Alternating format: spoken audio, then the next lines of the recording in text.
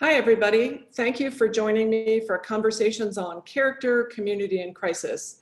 This series is part of the Virtues and Vocations initiative at Duke University, which seeks to make character, purpose, and meaning central to education and pre-professional and professional education in particular.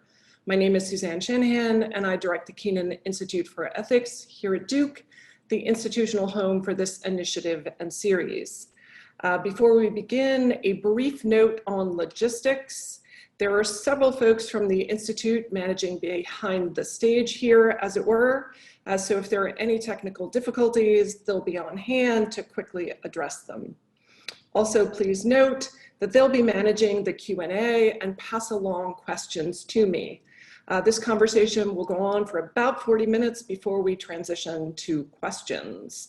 And with that, I am simply delighted to introduce Dr. Elwood Robinson, Chancellor of Winston-Salem State University, for a conversation on HBCUs and cultivating purpose and community.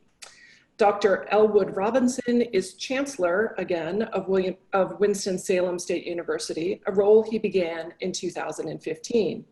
Prior to this post, Elwood was both provost and vice provost at Cambridge College.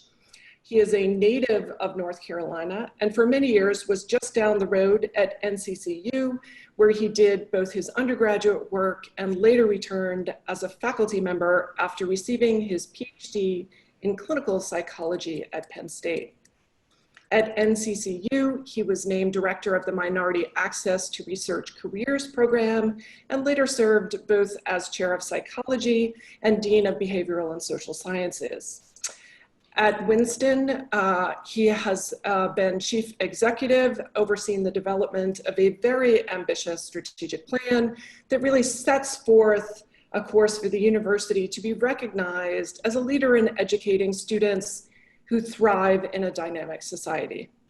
During the 2017-18 academic year, nearly half of the university's undergraduate student population engaged in high impact practices such as internships, faculty mentored research, or study abroad experience. I would also note his thought leadership has been recognized in the area of social mobility.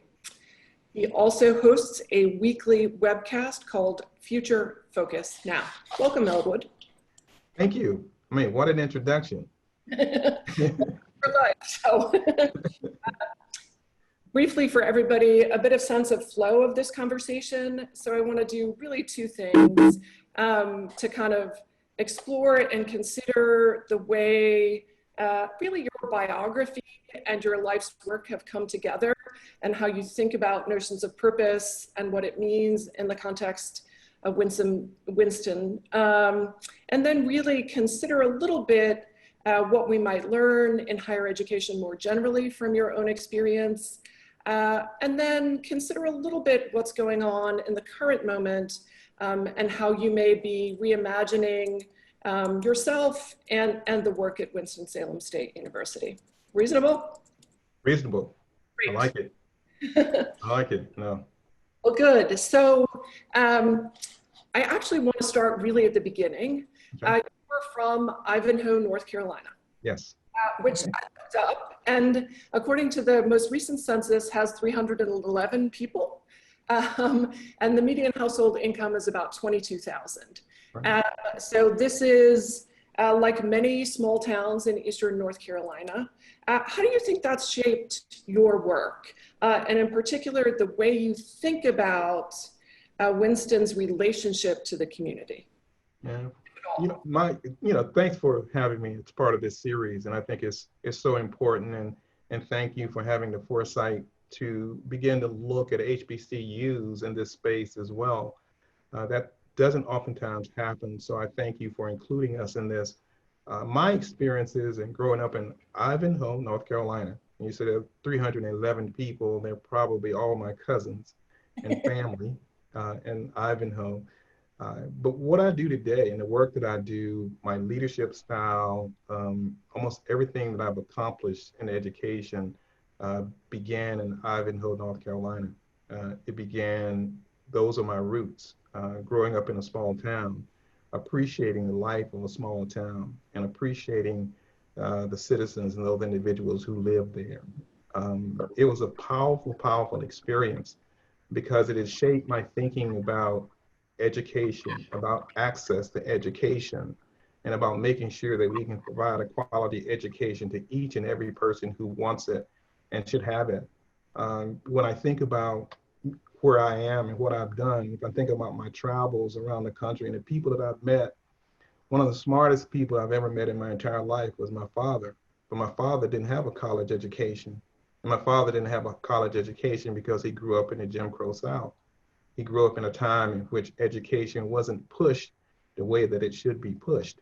And so when I think about individuals who did not have, like my father, for example, who did not have an opportunity to have access to college education, that was something that was missing, I think, in his life and missing in the lives of a lot of people who come from small town America. And so we want to, in the work that I do in growing up in terms of community, is simply about that, about engaging folks, creating a pathway for them to, in some ways, escape, but I don't like to think of it as escape because that's good living, it's good country, and people, there are good people there. But you mentioned in terms of household income, for example, you want to make sure that that is improved. So you want to give people an opportunity to improve their stock in life. And think about the work that we do at Winston-Salem State, for example, is about, one, recruiting students from those areas, but also having them come and get a high quality education that will hopefully change the trajectory of their lives and their families. And so it is really important that when they come to a Winston-Salem State, that they get an education that prepares them to help change their lives. And it's not by accident that the work that we've done is really in the area of social mobility. It is that, so you have a student, even now, and Suzanne, it's hard to imagine in 2020 that over 50% of the students that come to Winston-Salem State are first generation. Wow. Almost 70% of students come from families that make less than $50,000, certainly less than $75,000 a year. I put that out there because these are brilliant, bright individuals, but you see what they're up against. So if you are the first person in your family to go to college, then you need a new skill set. To be able to negotiate higher ed is not easy. And if you don't have a mentor, if you don't have anyone that can help you negotiate that landscape, it's going to be very, very difficult. So we keep that in mind. So these students deserve that opportunity. So coming from a small town has my focus on the kind of education that we want to provide for those individuals who come from a small town. That's great. So much of your life has clearly been organized around promoting greater access, but there's a wonderful line in a recent conversation you had where you talk about providing a culture of care, a culture that prepares students to contribute to their communities, a culture that builds confidence and gives them the essential skills they need to cultivate a career. What role does this culture of care play at Winston-Salem State for you? And actually, how do you create that culture of care? Yeah, well, one of the things that I think about, and we know, and we've done research about how college students are successful and how they matriculate through college. And there are a couple, psychological concepts or ideas that we know when a student comes to the university, we want to foster a sense of belongingness, that we want to somehow provide an atmosphere and an environment that says, you belong here, you are important, you are valuable. And so what we want to do from day one is continue to create that kind of culture. So what does that mean? You mentioned in the introduction that 50%, and now we're up to 70% of every student that comes to WSSU gets a high impact practice, engages in that undergraduate research, internship, study abroad, access to superior mentors. So they get these great opportunities. We want everybody to do that. So when I came to Winston-Salem State in 2015, what I said was that we wanted to create a rich, dynamic educational experience for every single student that comes to our university. Suzanne, I believe that most universities in this country, almost 4,000 now, do a very good job of educating the top 10% or the top 15%. So you can go to any university in this country and those students engage in those high impact practices, while the rest of the student body doesn't. So I asked in 2015, what would it look like if every single student had the same high quality education, that we focused on every student, not just the honor students and not just those students that we think are high achievers, but every student. So in that mix, it's important to communicate that we're communicating, we hopefully symbolically, that we are concerned about you, about every student. We think you belong here. We know you belong here. We want you to know that you belong here. And we want you to get the same high quality education that will prepare you for your future. What I tell students when they come to WSSU, that you are designing your future. And so one of the neat things, I had a conversation recently with a CNN reporter, and he was talking about the whole notion of Kamala Harris graduating from an HBCU, and he asked me how did I think that would impact the perception that America has about HBCUs.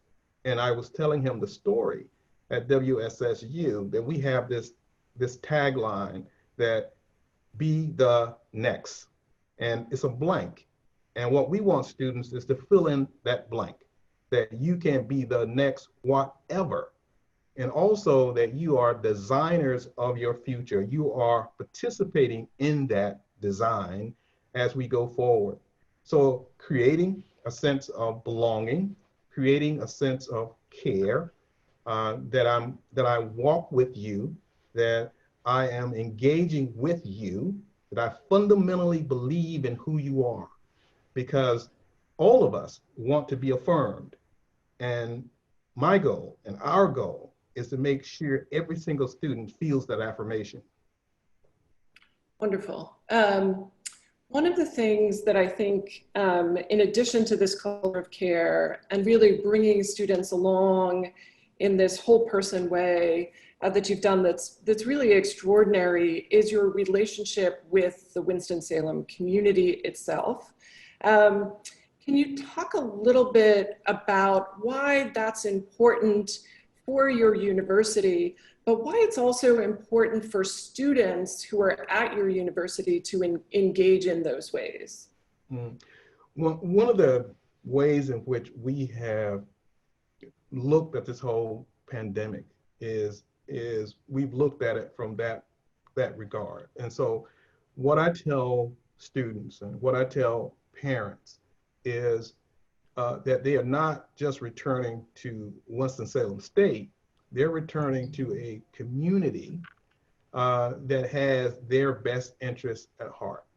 So I work extremely hard to make sure that everybody in Winston-Salem knows about Winston-Salem State, that they know about the work that we do, that they know about our great students, our great faculty, our great administrators. And I tell that story all the time, whether that's in front of the business community or the political structures that we have in place. It's important that Winston-Salem State is recognized as part of the development and the transformation of Winston-Salem. So Winston-Salem, for example, is in the midst of looking at really repurposing and reimagining itself, as most cities are doing. And so when you come into Winston-Salem, it says City of Arts and Innovation. So it's about arts and innovation. And so I tell folks, you're not going to be the City of Arts and Innovation without including Winston-Salem State as part of that. So as we reimagine who we are, we'll reimagine who we are within the historical context of Winston-Salem State and also within the context of the city itself. We believe that we are the catalyst for change in the community. So when you think about issues of race, for example, or if you think about issues of inequity or disparities, when you think about that, we are in the forefront of those discussions, as well as in the forefront of providing opportunities and solutions to help us get better. So when we look at the disparities, for example, in educational attainment or third grade reading levels in Forsyth County, that improvement can only happen if Winston-Salem State is involved, and Winston-Salem State is in a much better position because of our association with the community to get into those communities, to have conversations with individuals, to help motivate folks to overcome some of these issues. One of the primary things that we do is certainly in terms of health and health equity. You know, we have at Winston-Salem State a mobile health clinic. In fact, we have 2 mobile health clinics. So what do those mobile health clinics do? They go into East Winston, some of the hard to reach areas, and provide health care for those individuals in those communities. Only Winston-Salem State can do that because of our history, because of our association with the community. And so we're in those spaces that are so much needed. Now, the issue is we need more folks in those spaces with us. We need to energize the community to move with us. But we are there fighting every day. That's what we do. The motto at Winston-Salem State University, enter to learn, depart to serve. Serving a community to be able to look at for us, and it's almost like Frederick Douglass said, Frederick Douglass said that in order for us to escape this, we have to have a moral revolution. He talked about a moral revolution to be able to do this. We feel we're in that space even today to bring about those changes. That's really wonderful. And I think it sets, right, sort of such a tone for students to then experience that with you. Do you feel that you have a certain moral obligation to the community? And do you think that that's something more universities have or should have? I'm just thinking about, and I'm sure you've heard them as well, recent conversations about the value proposition of a university education. And the moral obligations universities have to the communities within which they find themselves. How do you think about that? Yeah, I do as well. I think I spend a lot of time thinking about how we can make a difference and how we can repurpose and reshape higher education. I think that we're in a great space to be able to look at higher education differently. I believe that institutions like a Winston-Salem State University and HBCUs in this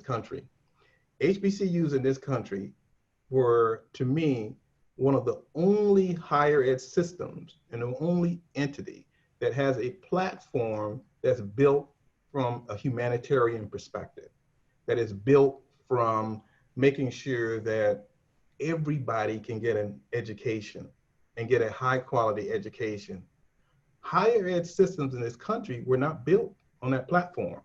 Higher education in this country, they're built on a caste system that simply says, if you're white and you're male, then you ought to have high quality education, and everybody else kind of can pick up the crumbs wherever they may be. And so we have to change that narrative. So HBCUs were founded on the premise that everybody should have a high quality education, and that education should be about doing something good for your community, making your communities better.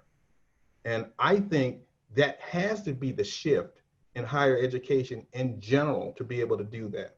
Take, for example, at Winston-Salem State University was founded by Simon Green Atkins. And so when Simon Green went to the powers that be, and he said, I want to start this school. And so what they said was, what will you teach? What will you teach individuals who were just emancipated? They were enslaved individuals. What will you teach them? And because what they said was, they're laborers.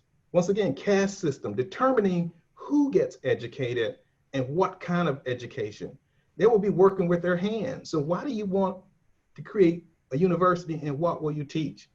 And what he said in his response to that was a question that drives me and motivates me every day that I go to work. He answered that by saying, what do they teach at Harvard? What do they teach at the world's great universities? That's what I will teach, because that's the kind of education people need in order to be successful. So you got a higher ed system, caste system, Suzanne, that was built on that. Frederick Douglass never went to school. He taught himself how to read and write and become a great orator, and became at one point, Suzanne, the most famous person in the world. Frederick Douglass was. I mean, think about that. But he was friends with Susan Anthony. Susan B. Anthony and Frederick Douglass were friends. And why were they friends? Because they were fighting. They were in the same spaces. He's fighting against racism. She's fighting against sexism. She's saying that women ought to be allowed to go to school, caste system. She's saying that women ought to be allowed to vote, a caste system. But HBCUs were not built upon that foundation. They were built upon a different foundation, that we're going to educate whoever wants to come, but we're designing this for individuals who have been denied access. And then that's how we will make a difference in the world. So even today in 2020, there's conversations around who should get an education. What kind of education is best for who? So we're still having those conversations today. I think when you talk about looking at a moral imperative, or if you look at making a difference in our communities, that has to be the shift as we move into the 21st century. Right. So clearly, right, this notion of moral imperative is part of the founding ethos. This is clearly something you are very passionate about. And in practice, day to day, you have lots of exemplars for students in terms of mobile health clinics and other ways that Winston-Salem State University is making daily impact in community. Are there things you think you do differently in the specifics of education, the nature of the curriculum, ways that you think you introduce this well that others can learn from, right? Well, this clear that the moral imperative is infused. What does it look like? Yeah, what it looks like is one, an appreciation, or trying to instill in students an appreciation for who they are, to get them to be introspective, to get them to appreciate their worth and their value. So when you appreciate your worth and your value, then you have a value for others, and you appreciate others. So it first has to begin with you.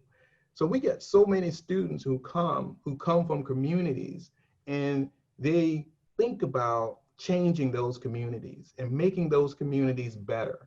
And they want opportunities to get in spaces where they can create a skill set that will allow them to do that. You mentioned the show Future Focus Now. I had 4 students on my show last week, amazing students who think not only about themselves, but think about others. I had a student on my show who is Miss Senior, and talked about she is giving scholarships to students. A student giving scholarships to students, thinking about, paying it forward to other individuals.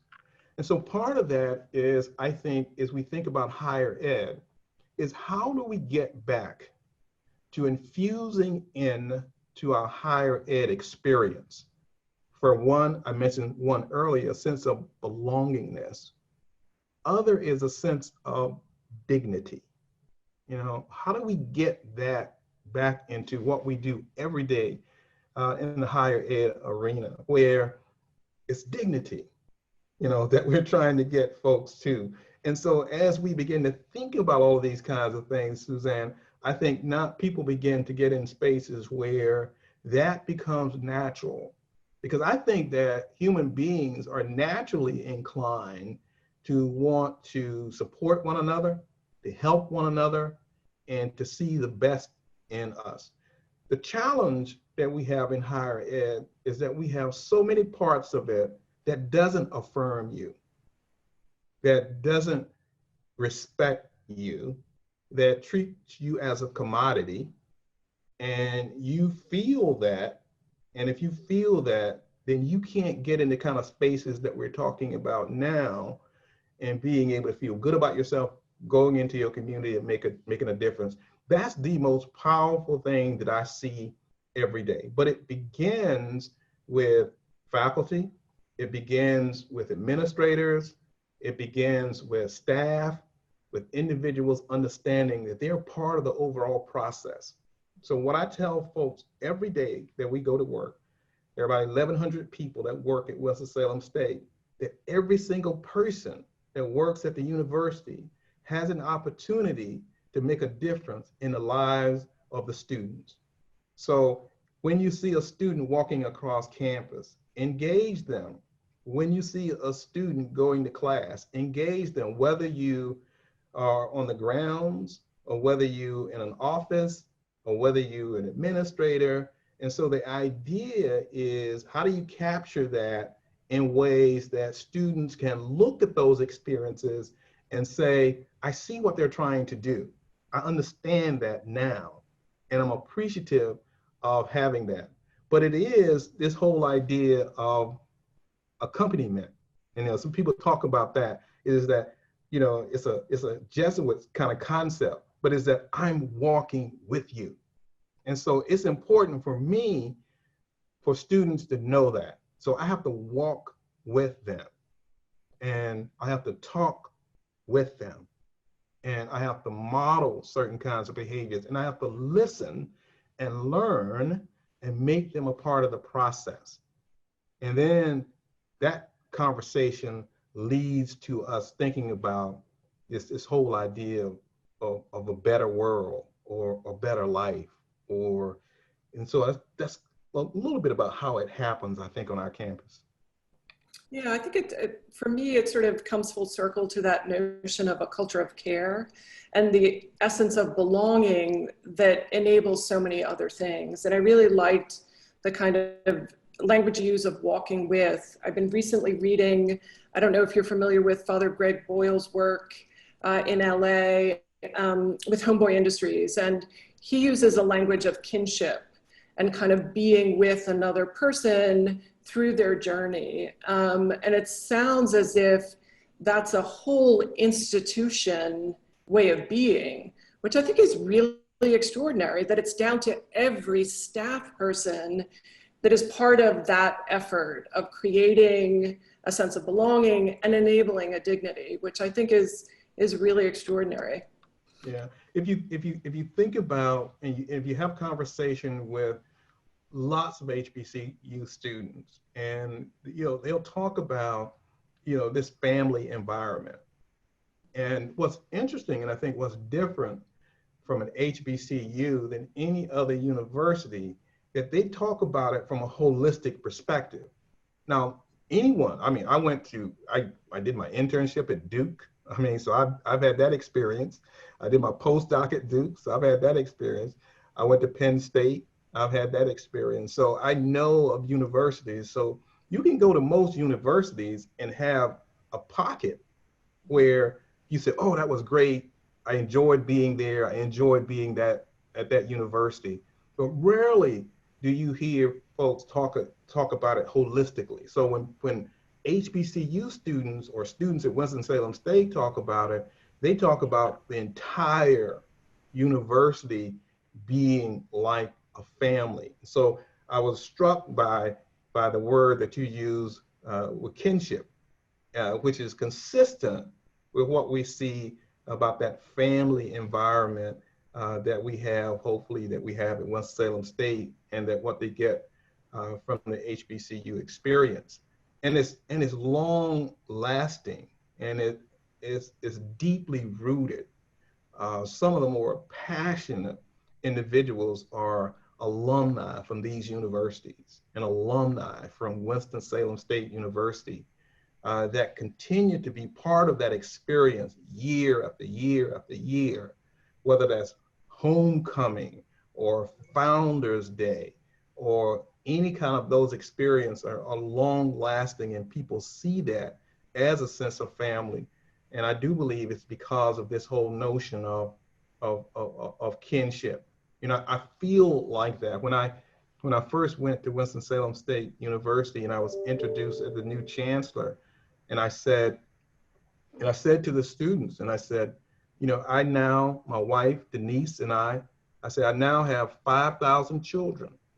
And that's really the way I look at them, you know, but you know, if you have 3 or 4, you know how challenging that is, but to have 5,000 and I said, you know, I'm going to help you. If you need anything, let me know. I said, if you need something to eat, let me know. And then all of a sudden I thought about that and I said, oh, that's 5,000. I don't know if I could really do that, but.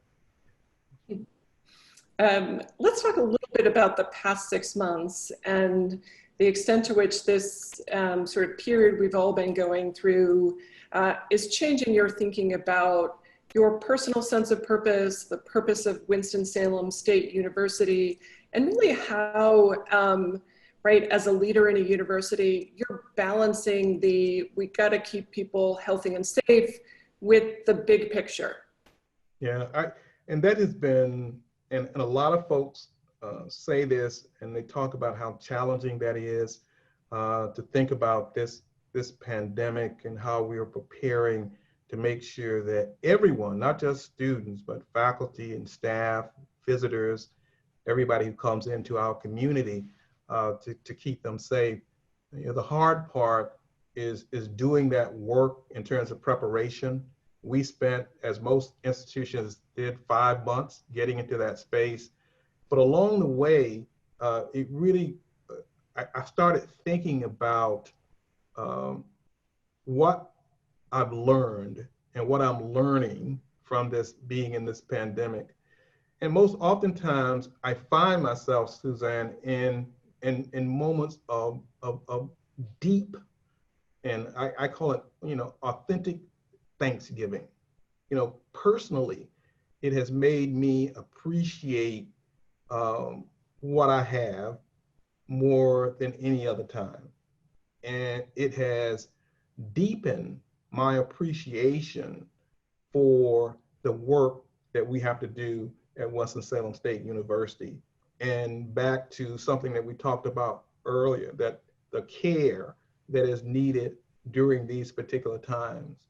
Because oftentimes what happens is you can take things for granted.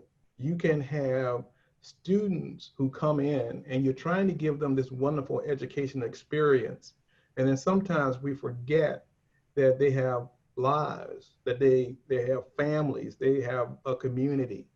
And more so than ever before, what this pandemic has done, it has given me an opportunity to reflect on that and to think more about how I think about students when they come to Winston-Salem State University, that I have to think more and deeper about their experiences and more about their life.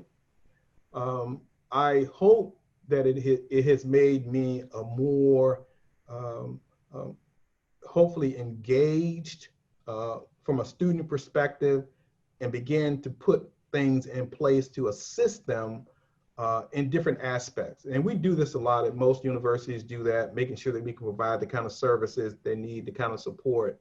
I am concerned a lot about living in this virtual world. kind of what it has done to me personally, but what it has done to all of us. And I think what's happening is that most of us are beginning to experience a sense of loss in being able to connect with one another, to have conversations with one another.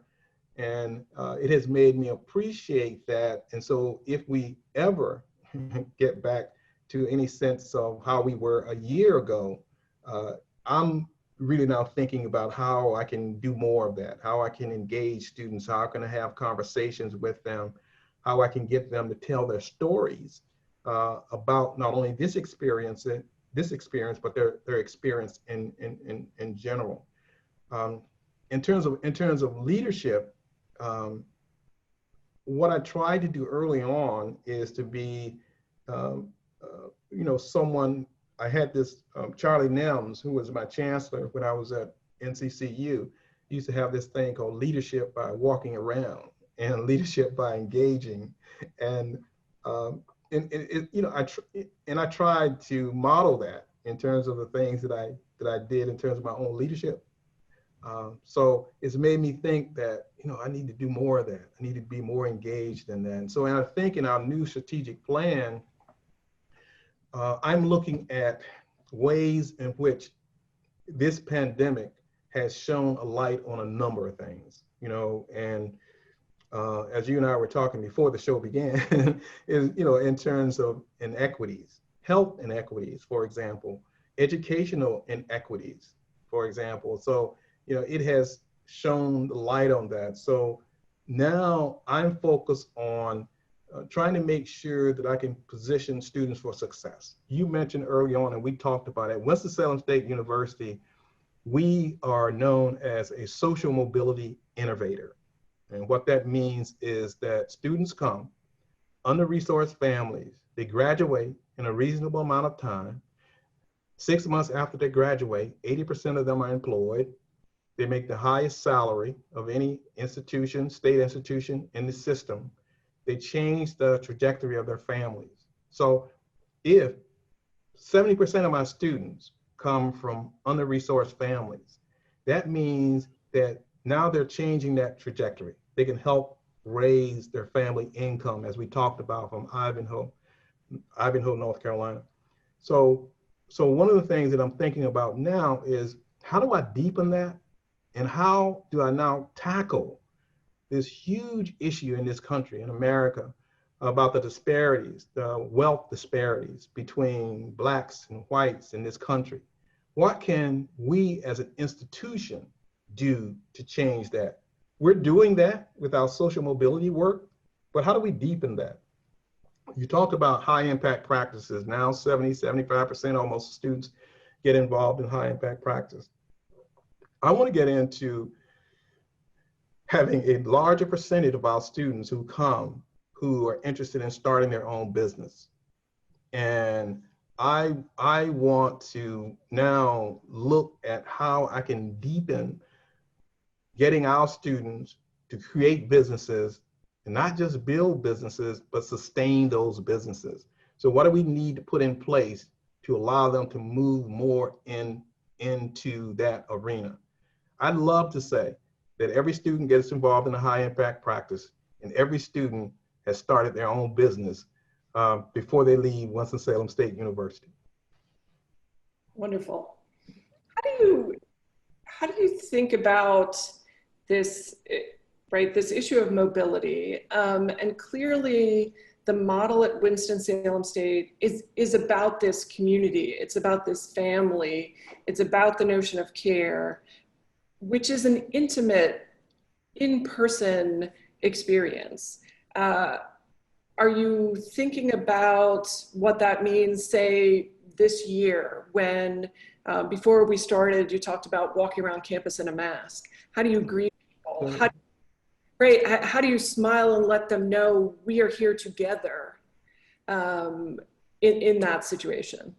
Yeah, and that's really learning how to operate, I think, in a virtual world, learning how to operate in a pandemic. And I'm not so sure I figured it out. I think about it a lot, and I think about how I can engage and how I can communicate to students that I care about them. And I think the way in which we do that is how we respond to them, and how we respond to them quickly, if we can be transparent, if we can be open, and if we can have conversations. I don't think that you should ever design an experience in isolation. So I'm looking really even now to begin to have conversations with student leaders, to begin to have conversations with students who are attending WSSU about what we can do this semester to make it a great semester and to make it a great experience. That was the conversation that I had with my students, the 4 students that I had on my show last week, is what can we do together to make this happen? So I think you have to start there.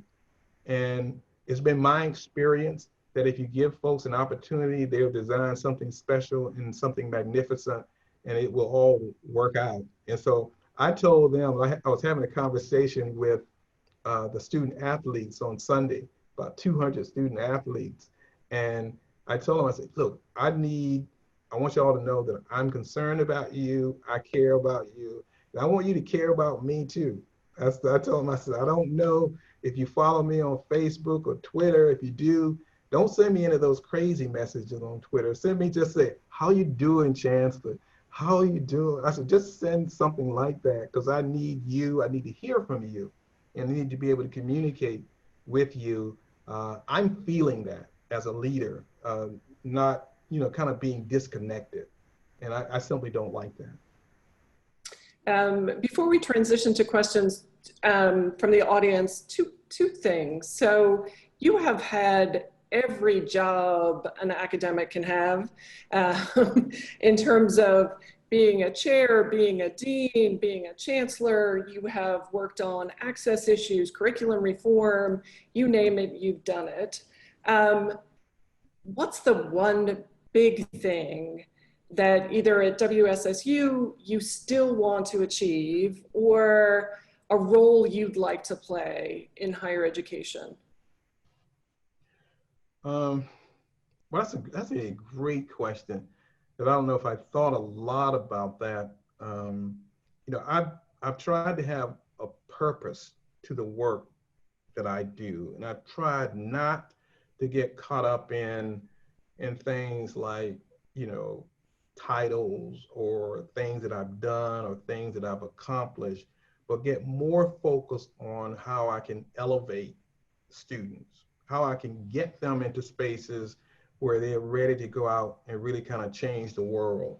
So I am someone who likes to be, kind of connected. So of all the things that I've ever done, if you ask me, the one that I will remember, and I want people to remember me, is what I did as a faculty member and what I did as a professor, because that is on the ground. I mean, that's working in the trenches. That is, one student at a time, working as hard as you can to get them to see themselves differently and to appreciate their brilliance and their magnificence. So someone told me once, and I always carry it with me. So I was a faculty member when I became a dean, and I was at a meeting once, and someone said that you are a dean with a faculty member's heart. And I kind of thought about, what does that mean? Because in higher ed, we tend to create these boundaries, between students and teacher and administrators, and they're all artificial. But even though they're artificial, there are struggles to kind of overcome to get to a point where we're all in this together. So it's that heart, and it is about the leadership with a heart. And if I can in any way get others into that space, if we can continue to have the conversations that we are having now in larger spaces, to be able to transform higher education as best we can. And I think that we're doing that. And unfortunately, I don't think that we can appreciate it, or even I can appreciate it, the work that we've done, because you can't see it. I mean, you can only You can only see it or experience it when you have a student, like a student called me the other day and said, I just finished my PhD. Or a student called you and said, I just had my first child. You can only feel it when those kinds of things happen, because change happens so incrementally that you can't feel it. And it happens over time. So I can look back 35 years and see it, but I can't almost on a day-to-day kind of operations feel it. Wonderful. Let's open it up to questions. I think what I love about what you've just said is the extent to which, right, your whole life is purpose-driven, right? That you have an idea that really started right early on in your life, and how in every role it's been motivated by that strong sense of purpose, which I think is, right, something lots of us aspire to and struggle to achieve. So good for you. Yeah, it's about, very quickly, it really is about, once again, and you've heard, we've talked a lot about affirmation. And one of the things that we have to give students is that affirmation that you are good, that you're smart. The most significant thing that has ever happened in my life in terms of giving me affirmation about who I was when I got promoted from the first grade to the second grade. Now, you like look at that, you may say, well, that's kind of strange, kind of odd. But not knowing about, see, I didn't know. I was clearly the very, very smart in the first grade, because I could tell the way my teacher treated me. Right? I could tell how I performed in class. But I didn't know. I thought it was just very, very difficult to make your grade. And I remember, at the last day of class, getting my report card, and I was panicking. I was like, oh, what? Did I make my grade? No, and my teacher, and she said, turn over the report card. And there it was, promoted to the second grade.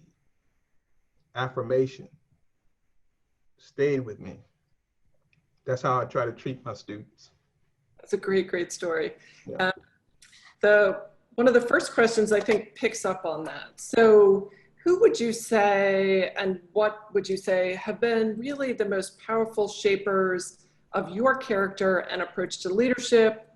And is there a reading you would recommend for anyone on this chapter of history? I mean, there are a lot of great books in terms of leadership. I don't know whether I can recommend one over the other, but the most powerful experiences for me in terms of leadership was growing up in Ivanhoe and working on a farm and working on whether that's tobacco or blueberries or whatever I was doing. It's a sense of that's what people do, is they work and they work hard. And that's part of this overall experience in terms of what we do. And so, I mean, those kinds of, my dad, my mom, I grew up as an only child. So I had a head start on this affirmation thing. I had folks who I could look at and I could see that they were totally devoted to my well-being and to making sure that I was successful. So I've kind of taken that, that kind of spirit. And as I look at whether that's my executive team or whether that's the students or the staff or whomever, and think about why that's important. So I would say that's really what has really kind of drove me and motivated me and created a style of leadership that I have today. Great. Following on your talk about disparities, as our nation grapples in new ways with racism and inequities, what do other universities need to learn from HBCUs in order to move toward anti-racism as a society? Yeah, I mean, if you think about what we were talking about earlier and how these institutions were started, and with an open door, with an access, with an opportunity to say, when you come to these institutions, you're coming to get a high quality education, but you're also getting an education that's going to prepare you for the world. So I think institutions have to be constantly thinking about, where are we going? What is the next revolution? And how do I prepare students for that?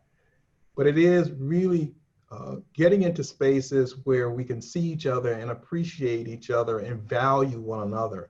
It is not by accident that we find ourselves in the situation that we find ourselves today in terms of race in this country, because we have been almost afraid to really look at that issue and tackle that issue only until we find emergency situations or crises that we are now called attention to some of these issues that have been going on for a long time. I mean, I didn't just wake up yesterday. I mean, I've been on the planet for a while, and I've watched discrimination and racism and sexism and you name all the kind of isms. But at the end of the day, what you see today is you'll see people are standing up and say, look at me and value me for who I am. And then people get upset with certain kinds of movement, whether that's Black Lives Matter, for example. What it's saying is, look it up, I matter, I'm important. That's what Susan Anthony said, in the end of the 19th century. She said, women matter.